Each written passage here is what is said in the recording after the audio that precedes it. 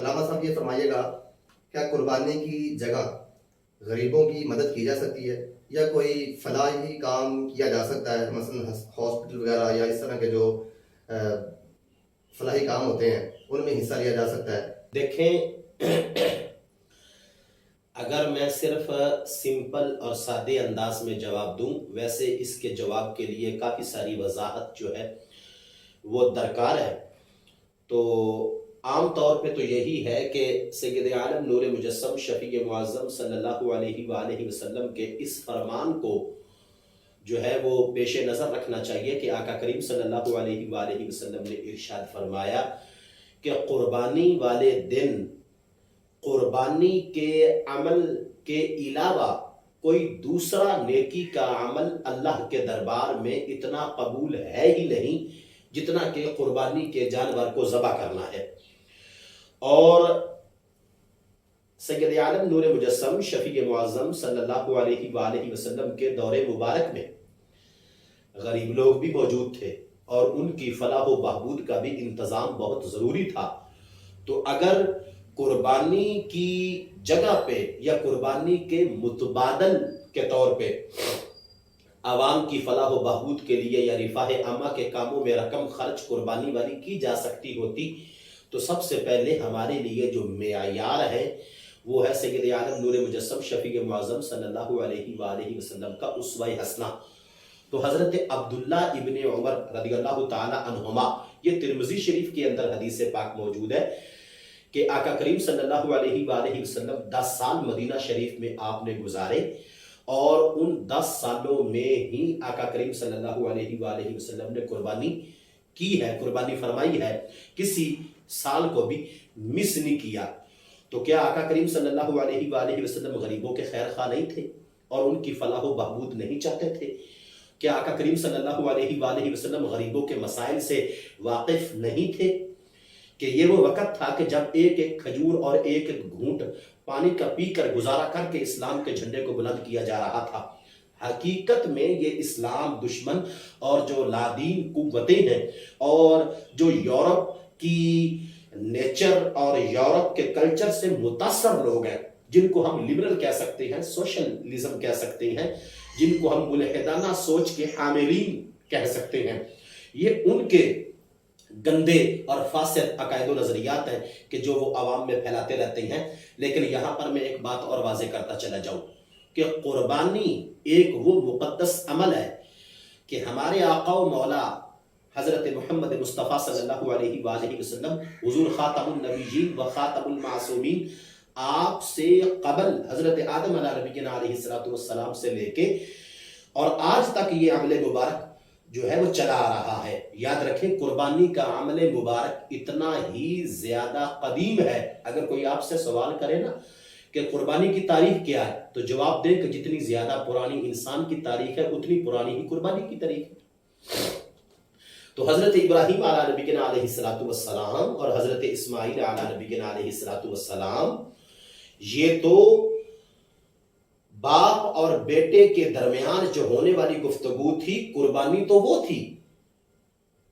جو ہم آج کر رہے ہیں یہ تو اس قربانی کے فدیے کے طور پہ جانور کو ذبح کیا جا رہا ہے۔ تو ان لبرل سوچوں کو یہ خیال کبھی نہیں آیا کہ حقیقت میں تو بیٹے کو ذبح کرنے کا حکم تھا اور اشارہ تھا ایک انسانی جان کو ذبح کرنے کا، جو کہ حضرت ابراہیم علیہ نبینا علیہ السلام کے خلوص اور اس کے جذبہ الہیت کی ایک واضح دلیل تھی کہ ایک خواب کی بنیاد پہ وہ اپنے بیٹے یا جتنی بھی مجازی محبتیں تھیں ان تمام کو ایک طرف جھٹکے سے اتار کر وہ اپنے رب کی حقیقی محبت میں اتنا آگے چلے گئے کہ حقیقی محبت کے ٹمپریچر اور تپش میں جو مجازی بیٹے والی محبت تھی وہ پگھل کے رہ گئی۔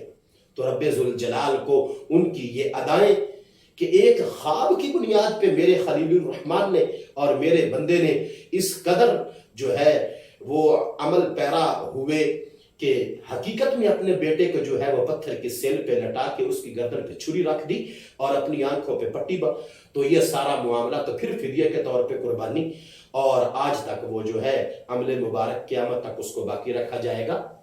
حقیقت میں اس عمل سے رب ذوالجلال اپنے بندے کو اپنا تقرب دینا چاہتا ہے.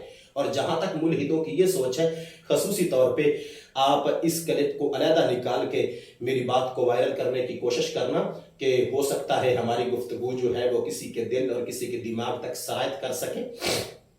اگر کوئی لبرل یہ کہے، اگر کوئی ملحدانہ سوچ کا مالک یہ کہے کہ جانوروں کے ذبح کرنے سے نسل کشی ہے، تو جب جانوروں کے ذبح کرنے سے نسل کشی ہے، قربانی والے دن ہی تمہیں یہ نسل کشی یاد آتی ہے جو روزانہ لاکھوں کروڑوں گائے بھیڑیں بکریاں کٹتی ہیں کھانے پینے کے لیے شادی بیاہ، تو وہ نسل کشی نہیں ہے. ایک تو یہ التزامی جواب ہے. رہا مسئلہ کہ عوام کی فلاح و بہبود. فلاح و بہبود کیا ہے؟ عوام کو روزگار ملنا چاہیے. فلاح و بہبود کیا ہے؟ کہ عوام کے پاس پیسہ آنا چاہیے. تو میں آپ کو بتاتا ہوں کہ قربانی کے مخصوص ایام میں کتنی زیادہ تیزی کے ساتھ لوگوں کی فلاح و بہبود ہوتی ہے اور ان کا انتظام قربانی کی وجہ سے ہوتا ہے. مثال کے طور پہ قربانی کے جانوروں کی خریداری، کہ جس کی وجہ سے جن لوگوں نے جانور پالے ہوئے ہیں ان کے پاس پیسہ جاتا ہے، اور جانوروں کی جب خریداری ہو جاتی ہے پھر کچھ لوگ جانوروں کو منڈیوں میں لے کے جاتے ہیں، اور جانوروں کو منڈیوں میں لے کے جانے کے لیے گاڑیوں کی ضرورت پڑتی ہے. تو جو گاڑی والے ہیں ان کو بھی پیسہ ملتا ہے کیونکہ وہ کرایہ وصول کرتے ہیں، اور جو منڈی ٹھیکے پہ لیتے ہیں وہ ہر جانور کے اوپر ٹیکس اور اس کی قیمت وہاں پر رکھنے کی، تو ان کے پاس بھی پیسہ جاتا ہے. پھر آگے ایک شہر سے دوسرے شہر، ایک ملک سے دوسرے ملک میں جو ہے وہ مکمل طور پہ جانوروں کی ایکسپورٹنگ ہوتی ہے، اور اس ایکسپورٹنگ کی وجہ سے بھی ملکوں کا آپس میں جو زر مبادلہ ہے وہ نقطہ عروج پہ جاتا ہے. پھر آگے چلتے ہیں کہ جب جانور ذبح ہوتے ہیں تو جو قصاب ہیں ان کو اجرت ملتی ہے. پھر جو چمڑا خریدنے والے ہیں ان کا کاروبار چلتا ہے. پھر وہ چمڑا آگے نمک لگ کے فیکٹریوں میں جاتا ہے، اس کو سکھایا جاتا ہے، اس کو صاف کیا جاتا ہے. تو یہ ساری مزدوری جو یہ کام کرنے والے ہیں، اور کئی فیکٹریاں چلتی ہیں. پھر آگے چمڑے سے بیگ بنتے ہیں، مختلف چیزیں بنتی ہیں، دستکاری اور دنیا کے مختلف کونوں میں وہ چیزیں.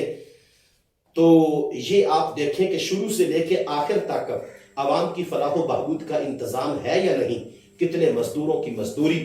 اور پھر یہ سب کچھ ہو جانے کے بعد بھی وہ جو جانور کا گوشت ہے وہ غریبوں کے لیے اویلیبل، وہ گوشت وہیں پہ وہیں ہم خود ہی کھا رہے ہیں. یعنی ایسا نہیں کہ قربانی کا جو جانور ہے اس کا جو گوشت ہے وہ پھر کہیں اور چلا گیا ہو. نہیں، اتنی آمد و رفت، اتنی دولت، اتنی مزدوری، اتنی صنعت کاری، اتنا فیکٹریوں کا کام، اتنی مزدوری، لیکن اس پورے پروسس کے بعد جس جانور پہ گفتگو ہو رہی تھی اس جانور کا گوشت بھی ہم نے خود ہی کھانا ہے. تو اس ملحدانہ سوچ کے مالک کو سوچنا چاہیے کہ رب ذوالجلال نہ ہمارے خون کا بھوکا ہے، نہ اس کو کوئی ضرورت ہے، وہ صمد بے نیاز ذات ہے، نہ ہمارے گوشت کی کوئی ضرورت ہے. اللہ تعالیٰ تو صرف ہمارے اخلاص کو دیکھنا چاہتا ہے. اور ویسے بھی ایمان والے بندے کو اس چیز سے کسی قسم کا کوئی کنسرن نہیں کہ ایمان والا بندہ یہ سوچے کہ نسل کشی ہو رہی ہے. ایمان والا بندہ تو یہ سوچے گا کہ میرا اللہ چاہتا کیا ہے، میرے محبوب کیا چاہتے ہیں. ایمان والے بندے کے لیے صرف قرآن مجید برہان رشید کی ایک آیت حکمن جو کسی بات کو فرض کرے اور امر کو شامل کرے وہ کافی ہے.